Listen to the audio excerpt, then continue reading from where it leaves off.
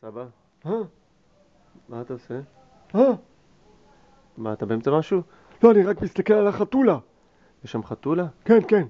אז אני יכול רגע לעצור אותך? כן, ודאי, מה העניין? רציתי שנגיד מזל טוב לאיתמר ולאייל. כן, כן, כן, הילדים החמודים. כן, כן. מיום שישי, אתה זוכר? נו, בוודאי שאני זוכר. שהיה שם פוקאצ'ה. בדיוק, בדיוק, כן, כן, מהאירוע הזה. אז מה, הם רואים אותנו עכשיו? כן, הם רואים אותנו בדיוק. אז בוא נגיד מזל טוב, מה אתה אומר לאיתמר החמוד? איתמר, זה ילד מקסים, נכון? מקסים מאוד. אני זוכר שהוא עשה קסמים, ורקד ושר, וגם עשה הצגה. נכון, נכון, נכון. וחגגנו לו יום הולדת 3.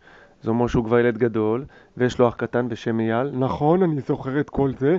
אז באמת נגיד לו מזל טוב, ועד 120, ולכל המשפחה המקסימה, עד 120, והעיקר הבריאות. נכון, כי באמת היו שם הרבה ילדים, לא רק איתמר ואייל, נכון? כן, נכון, אתה התחלת לגמגם. לא, אני לרגע, כן, הסתכלתי גם על החתולה. אה? טוב, בוא נמשיך. כן, אז אנחנו רוצים להגיד באמת לכל המשפחה, מזל טוב, שנתראה רק בשמחות, ולכל הילדים החמודים נשיקה. מצוין. אז להתראות איתמר, תשמור על אייל, וגם על אמא ועל אבא. ביי ביי. בוא, אתה חייב לראות את החתולה הזו.